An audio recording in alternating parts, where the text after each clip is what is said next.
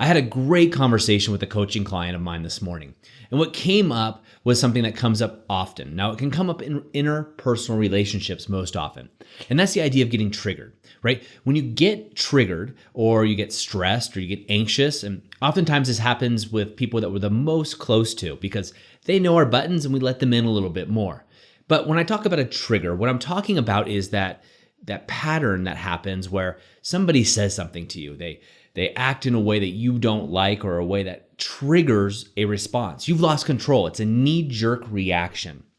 Now, we all do this, right? I know I do this on a daily basis, and it's been my practice probably for the last 5 years or so of identifying my triggers, recognizing them, and being able to either stop them or get out right away.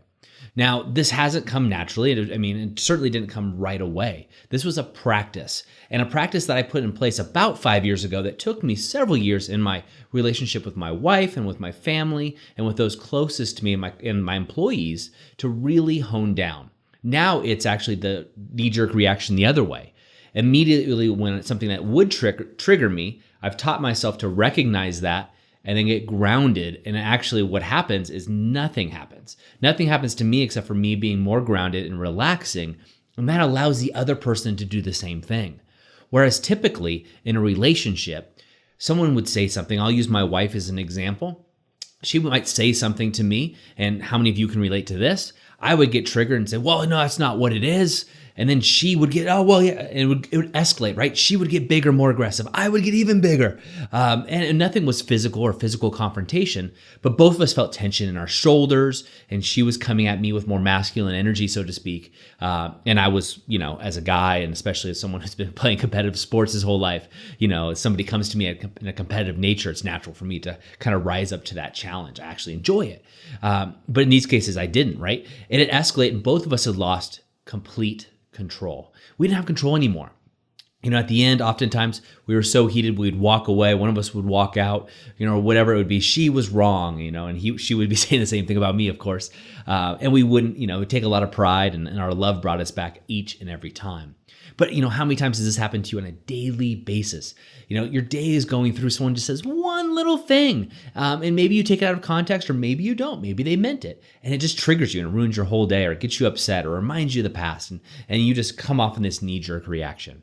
We all do it, right? So what's one way that you can actually combat this? And this is what I taught myself, is simply to breathe. I recommend 10 breaths in through the nose, out through the mouth.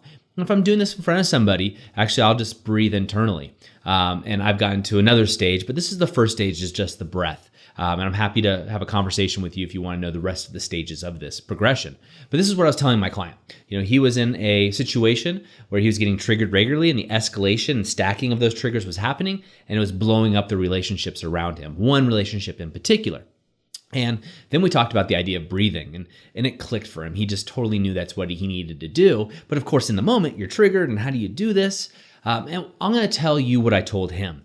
Now, I don't go to the gym in one day, and you don't either, and just expect to lose 10 pounds or to gain 10 pounds of muscle in one workout. No, it's practice. You do it over and over again until it becomes natural. Like riding a bike or any other skill that you've learned. If you've learned a foreign language, it takes repetition and practice and continual practice. So one thing you can do right here, right now, if you're not driving, is grab your smartphone. If you have a smartphone, you can use other timers as well, and set a series of alarms. Now, I recommend a minimum of 5 alarms throughout the day. And during these 5 alarms, I want you to have a distinct ringtone, if that's possible, on your phone, that one that reminds you to breathe, right? It could be a chime or something relaxing is what I like, but something that's going to catch your attention. And then I want you to name that alarm if you have the ability to do that. You do in most Android and iPhone devices. Name that alarm, just breathe. And what that's going to get you in the habit of is breathing, and a more conscious breath. So next time that person, and let's just say it's a significant other or a staff member or an employee of yours, triggers you, just remember to breathe. Take about 10 breaths. And what's going to happen, you're going to notice, is if you're just breathing and they feel you kind of relaxing and listening to them, odds are, it doesn't always happen, but odds are they're going to calm down too. And you're now creating the space and a level playing field where they can get out what they want to. And a lot of times they're like, I'm sorry, I I didn't mean to go off on you. And they'll start apologizing. It's amazing. Now, you will be tested by these people, right? They don't know if this is the real you. Is this the real you that always used to get triggered and now all of a sudden isn't? Or is this a creation of something you're just trying out? Now, of course, you are trying this out. But over repetition, this becomes you. This becomes the new you, when it's around family or anything else. Now, some people often ask me, well, Doug, what if he or she is wrong? Or what if they're accusing me of something? What if they told me I did something, wrong and I just didn't do it? That's a common thing in relationships, right? They said I did X, Y, and I didn't do any of that. So what I would say to you is, if I right now looked at you and said, you're purple, you would be like, what are you talking about? I'm not purple. And you'd probably chuckle and laugh it off and think I'm crazy. Well, the reason you get triggered, I'm going to invite you to think about this. The reason you get triggered is you believe what they're saying is true. If you didn't believe what they were saying is true, like being called purple, you're not purple, right? You just know it. Now, I don't know what ethnicity or what your skin color is, but it's probably not purple. And so you just brush it off.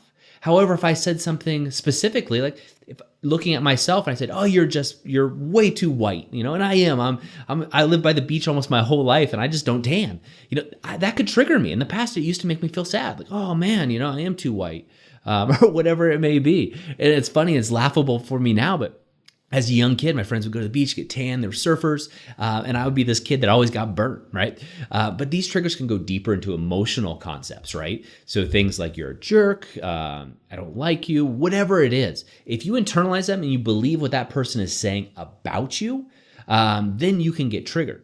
Now, again, all you have to do is someone's like, hey, they're going at you, like, you're a jerk, you're always late, you're doing this, you never do the dishes, you never take out the trash, whatever it is for you. You take a deep breath and just know something's occurring for them. It has nothing to do with you. It really doesn't. Something's going on in their world, right? And if you just take a breath, it allows them to calm down, and then most likely they're going to go like, look, I'm sorry. And you can have an intelligent conversation of like, is this really bothering you? Is this the real issue that we need to address? And that allows them to relax because you're standing in what I call your power, right? You're in your power center. You're confident in yourself and loving yourself. Now, this is only step one, but it is a deep step. And it's one that you want to practice. So set your alarms, right? And then I also invite you to grab your journal and grab your 5 to Thrive and write out what your triggers are, because the next step is identifying the triggers, right? You need to know what your triggers are in order to identify them and put this into a practice. Like a doctor has a practice. A doctor isn't just an expert. They call it a practice because you're always doing stuff, you're always learning. And this is the same for you when it comes to triggers. Now, I know this is a longer daily growth hack, but we do a deep dive in this in the Author of Your Own Story University, just like I do a deep dive with my personal coaching clients that I work with one-on-one. So I invite you to go over to the Author of Your Own Story website and make sure you get on that waiting list for the Author of Your Own Story University. So when we open it up, we have additional slots, you have the opportunity to make a choice of going in rather than rushing in all these people that email me and contact me, can I get in, can I get in? The answer is probably no. Right? So unless you get on that waiting list, unless you sign up, we want to make sure those people that have already taken action are getting priority seating, so to speak, and that you can have deeper dives and deeper conversations like this. That's it for me today. Go out and inspire somebody by being the author of your own story, and inspire them by being in your power, by breathing during confrontation. And I look forward to seeing you tomorrow. At Author of Your Own Story, we believe in taking a holistic approach to your health, where you aren't just physically healthy, but your entire mind, body, and soul is operating at its most optimal level. To get started in creating holistic health, download our free holistic health checklist at authorofyourownstory.com/body-gift. And don't forget to be the author of your own story.